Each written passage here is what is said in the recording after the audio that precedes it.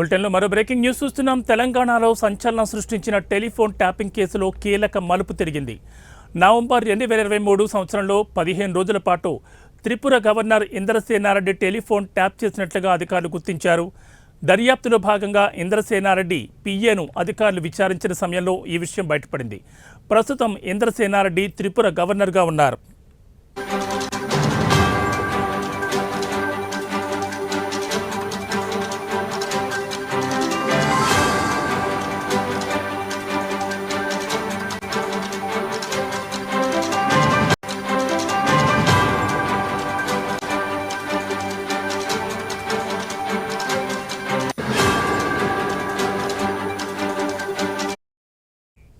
కాగా ఫోన్ ట్యాపింగ్లో ఇప్పటి వరకు కాంగ్రెస్కు సంబంధించి నేతల ఫోన్లే ట్యాపింగ్ గురైనట్లు అంతా భావించారు.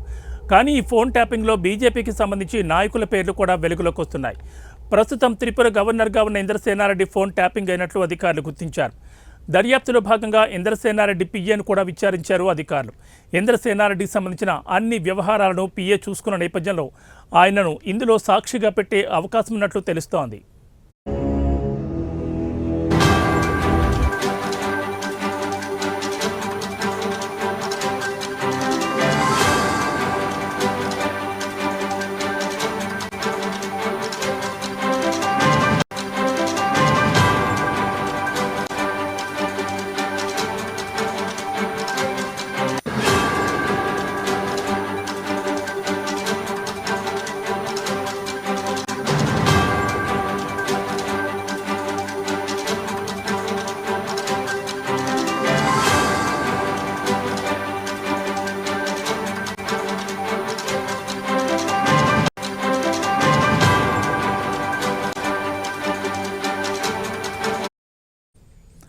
మరోవైపు ఈ వ్యవహారానికి సంబంధించి గతంలో ఇంద్రసేనారెడ్డి ఫిర్యాదు చేశారు. ఆ ఫిర్యాదు ఆధారంగా పోలీసులు దర్యాప్తును కొనసాగిస్తున్నారు.